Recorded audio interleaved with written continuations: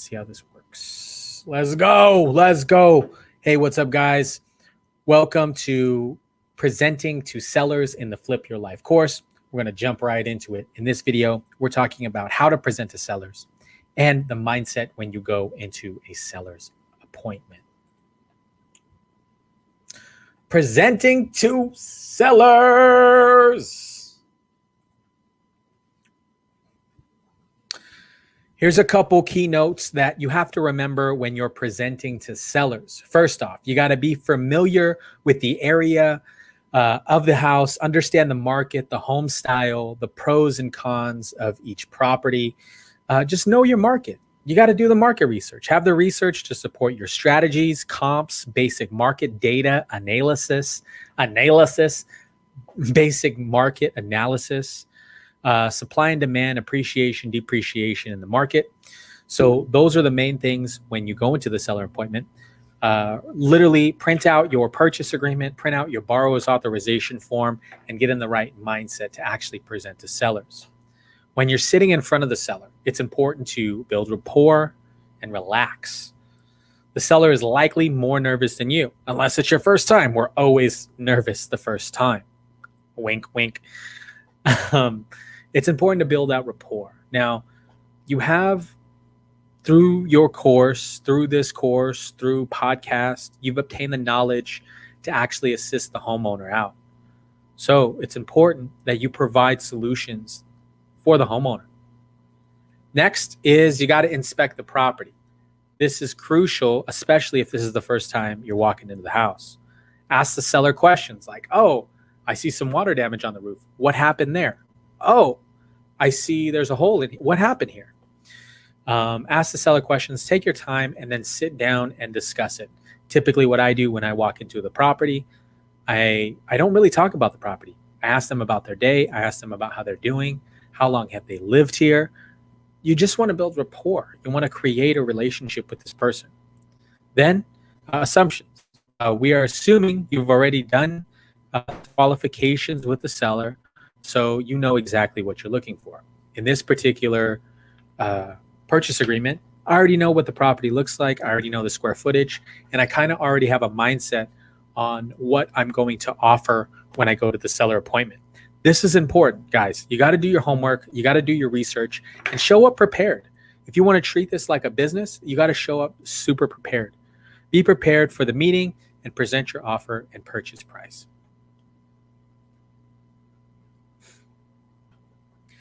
Next thing, shifting the mindset. Shifting the mindset. I want to let you guys know that it's incredibly important to work with integrity.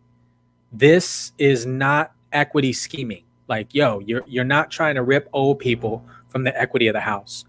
You literally, your intentions of this is to help the person, help solve their potential problem. I'm not teaching people how to steal houses from old ladies or sick people. This is an opportunity and a value-based business. Our opportunities come in value that can be added to the property due to our skills and experience. This is absolutely crucial, guys. I don't want you to go into this business and think that you're going to scheme people out of their houses. No, because if you're going to do that, your business is not going to flourish and you're not going to last a long time in this game. Be aware of the legal implications, especially in Las Vegas.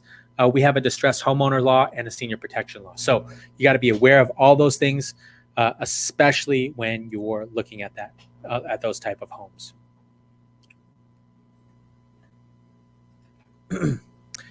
Also, what I mean by shifting your mindset, think less about the highest price and more about the highest net to seller. This is great when you're presenting. You say, hey, Mr. or Mrs. Seller, instead of saying the price, hey, would $200,000 be sufficient for you to sell this property for? No.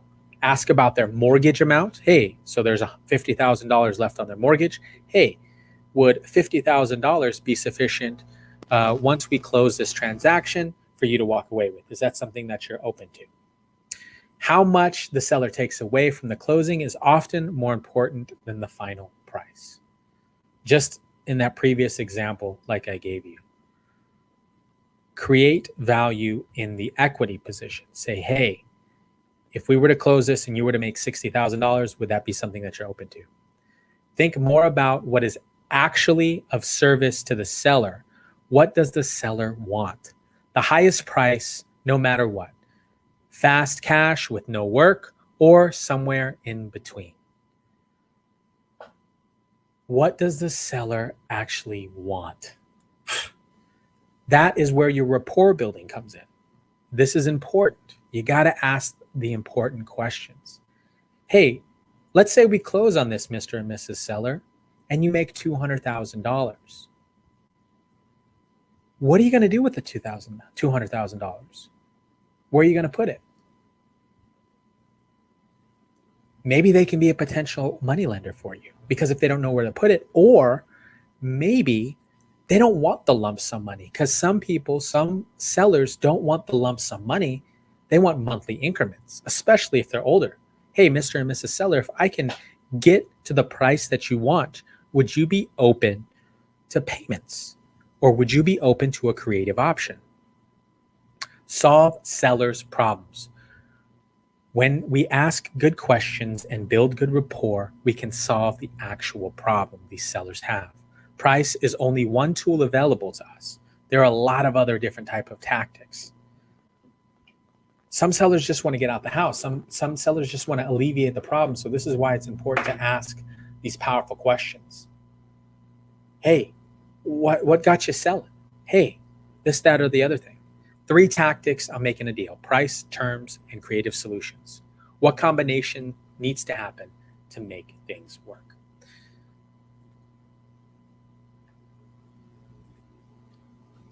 This is actually a seller net tab available in our Performa section, designed to show sellers multiple options so they can make an informative decision. When I walk into a property, I say, hey, we have a couple different options. We're a full service real estate company. We can, if a cash offer doesn't necessarily work for you, that's totally fine. We have agents that can list your property for you. Ultimately, if you want to rent the property, we do offer some creative options, which are really neat. Sometimes, if the owner is willing to partner with me, I'll fix it up and I will front the rehab costs and go on title.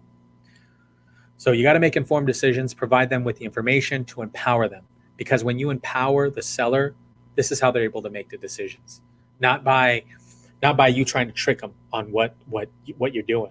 Like, literally just give them options. And the more options you have, this will ultimately cultivate a really dope business for you. You have agents in your pocket, you have a bunch of different people, a bunch of different investors, because you will notice over time of doing this business that there are people that pay more for properties. They pay more for properties than you can pay for.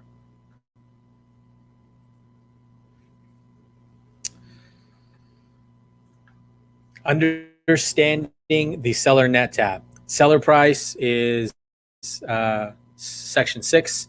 Closing costs, commissions, agent commissions are on here. Prep to close, inspections, construction costs, headache fee. I always have like a little buffer, because if the property is in a crappy neighborhood, you're going to have a headache fee. Windows broken, doors broken, break-ins, things like that. Inconvenience, additional payments, and so on and so forth.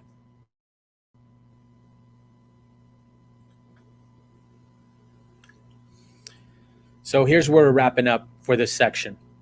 The numbers are actually your friend. When you look at those numbers, you can build faith, trust, and credibility with the seller. Sellers are super savvy. Consumers are super savvy. So the more information that you can provide them, the more that you can empower them to make the decision, which is ultimately going to be best for them. Build rapport and qualify them. When you know the seller and what they want and why they want it, you can inform them and empower them to make a decision. Combine these 2 things to close deals. This is a powerful combination and will set you apart from almost anybody else. Seriously, guys, be freaking transparent. Don't forget to close. ABC. Always be closing. Ask for the business. Don't expect it.